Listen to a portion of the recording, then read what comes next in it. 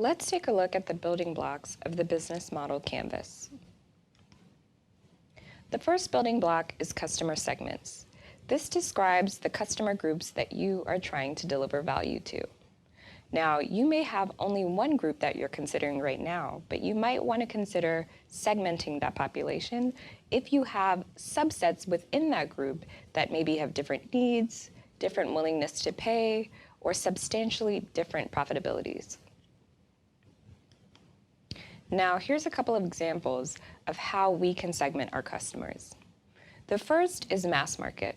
And so that's where the value that you're offering could be offered to everyone and anyone. So that's oftentimes what you would see with commodities like sugar. Sugar doesn't need a different marketing strategy depending on who you're targeting. You might also want to look at a niche market subsegment. So these are people that have a really super focused need that you are choosing to solve. So it's still singularly focused, but it's just very specific as it relates to a larger group. Now, pure segmentation is usually based on segmenting customers based on their different needs. So it's really important to understand what your customer actually sees as valuable. And if within your customer segments, you might see that there are different people that are kind of surfacing as needing two completely different things, you might want to segment those customers and then treat them differently in your marketing as well as in your relationship with them. Now, with diversified strategies, you might offer a series of things to different customers that have different needs and also do it in different ways. So it's kind of juggling different customer segments, but giving them a very unique experience. And then lastly, we have multi-sided platforms. So multi-sided platforms like Uber, as an example, really have to look at both the driver and rider, or the different people that are contributing and getting value out of this platform, and the strategies of marketing that would appeal to each. Now, your value proposition is a building block in the business model canvas that really looks at how are you delivering value and bundling your products and service in a way that appeals to your customer segments. So for every customer segment you have, most likely you'll have at least one value proposition. Now, knowing how to bundle your products and services and what is seen as valuable to your customer really takes you understanding your customer and building out a good profile of who they are and what they care about, so you can craft your messaging in a way that appeals to them. So maybe they care about the newness of your product, or how well it performs, or how it's positioned against competitors. All of that goes into how you actually craft your value proposition messaging, and will ultimately show up in your marketing, on your landing page, and how you talk about your product and service, and how your customers talk with each other about your product. Now, a channel is the building block that really talks about how you're both communicating and reaching your customers with the value that you're promising with your product. So they can be used for things like brand awareness, or delivering value in physical form or in digital form, or even just allowing your customers to connect with you. Now, there are two vectors we think about when we talk about channels. The first is the phases. So channel phases are really looking at where in the buyer journey is your customer and how can you best meet them where they are. So you might start at the awareness phase where they don't know anything, and there may be some marketing that you have to do there that's going to differ from when they're at the purchase stage, as an example. Now, channel types is kind of looking at the different channels that you could use to reach your customer and what your stake is in those channels, which will then kind of change your strategy of how you use them. So the first thing to think about there with channel types is, first, is it a direct channel or an indirect channel? Direct would be a channel that I use to directly connect with my customer, and indirect would mean that I have to go through this other channel and whatever considerations come with that to reach my customer. Then there's also owned channels and partner channels. With owned channels, again, I directly own the channel, I'm responsible for the channel, and I have control over that channel. And for partner channels, I have to work with my partner and make sure that what I'm trying to do aligns with what they're trying to do so I can reach my customer. Now, customer relationships is the building block that takes a look at the type of relationship that you have with your customer.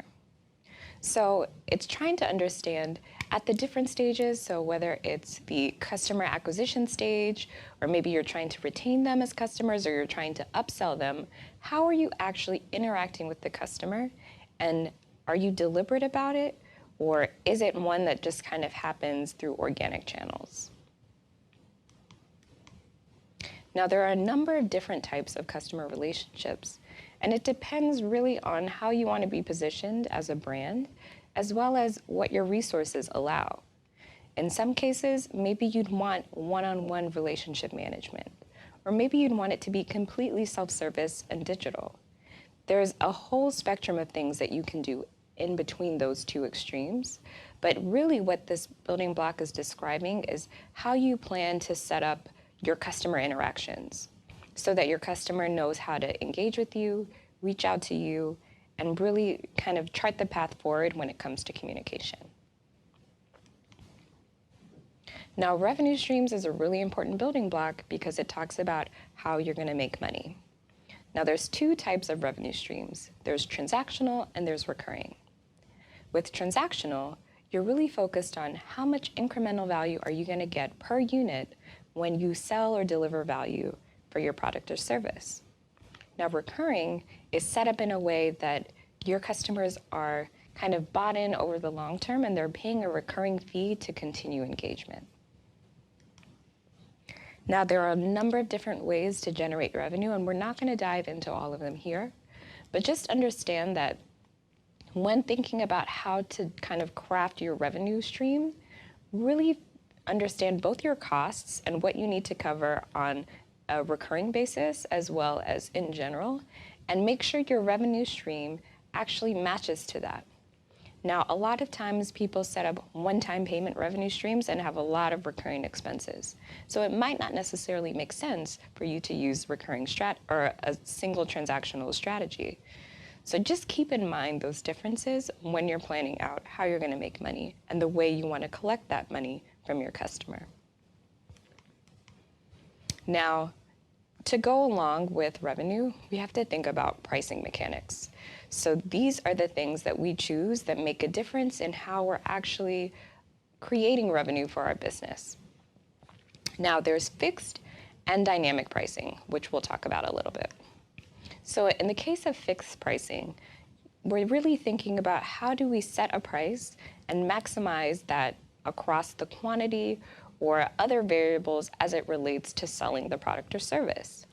Now, with dynamic pricing, you're actually taking into account the volume that your customer is purchasing, their willingness to pay, and other factors that allow you to kind of shift pricing depending on that environment. Now, again, you can be completely creative here. There's no right answer, but it's just important to understand, again, what your costs are, what your revenue goals are, and how you can use any of these strategies to help you achieve your goal. Now, when we talk about key resources as a building block, this is the most important asset that's required to make your business model work. So key resources could be physical, they can be intangible, it can be human capital, and it can be financial, like financial products, in the case of a bank. Now, key activities are what you use those assets to do that are considered the most important activities that your business does. So this is kind of the core of who you are and what you do as a business. And so you might be thinking about production activities. So if you're Apple, it's really important that you're able to produce Apple products at scale. Or maybe it's problem-solving activities, like if you're a consultancy, or a platform or network activity, as if like Uber, where you have to match drivers and riders in order for them to both participate in the platform and generate value. Now, key partnerships does take into consideration both your key activities and your key resources, and the key partner comes into play because they are necessary for you to actually achieve that key activity and utilize those key resources as you've set out in your business model. So these could be strategic alliances where you've partnered with other people in your industry to get things done. It could be co-opetition, so that's where you work with your competitors in specific situations or arrangements so that you can kind of better the industry. Now, it isn't going so far as having a monopoly or an oligopoly, but there are times where you can find synergy and work together for the greater good. There's also joint ventures where you could partner with people just to kind of deliver the value that you've set forth. So oftentimes you'll see companies that specialize in two different things, kind of partnering together and working towards a common goal for their shared benefit. And then you also have buyer and supplier relations. So how do you kind of use your suppliers and use your buyers to your benefit of your business? Now, you don't always have to pursue a key partnership. It's really important to understand when it's actually valuable. And in the first case, it's valuable when you have optimization or economy of scale with working together with your partner. Sometimes it doesn't make sense in that regard, and so you might not want to do it. The other thing is if it reduces the risk around what you're trying to do. So if you have a fraud partner and you're a financial institution, it might make a lot of sense to partner because their service directly helps you alleviate some of the risk in your transactional activities. And then the last is if you acquire a particular resource that you wouldn't have by partnering with that partner. Now, cost structure is a super important building block in the business model because you really should understand, above all else, how much it costs for you to operate your business, and then build your revenue streams and other strategic decisions around that. Now, there's two broad classes of cost. The first is cost-driven, so it's just purely based on the cost of something, and then there's value-driven, which takes into account sometimes the psychology of the cost, as well as things that aren't necessarily tangible. Now, there are four characteristics of cost structures. The first and second are traditional economic terms, which is fixed cost and variable cost. Fixed cost is that upfront cost that you can't avoid no matter what, and variable cost is what you're paying incrementally as you do business. Now, economies of scale and economies of scope is the benefit that you get in reduction of costs when you do more.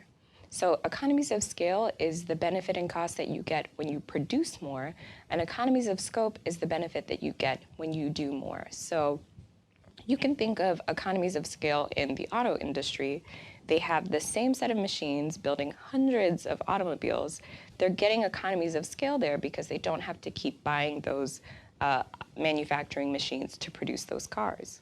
With economies of scope, something like a company like Amazon or Walmart, they have so many products on their platform that they don't really have to do a lot of added marketing or other costs associated with bringing in different types of customers because their scope is so wide-ranging. Now let's take a look at all of these 9 building blocks together.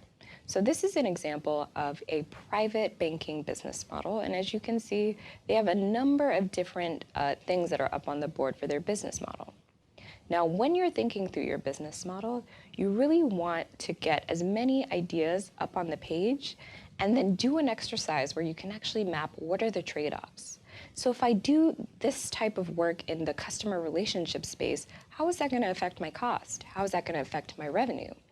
And as you slowly start to see everything side by side together, you can really paint a picture for yourself and use it to drive conversations with your team around how to structure your business model.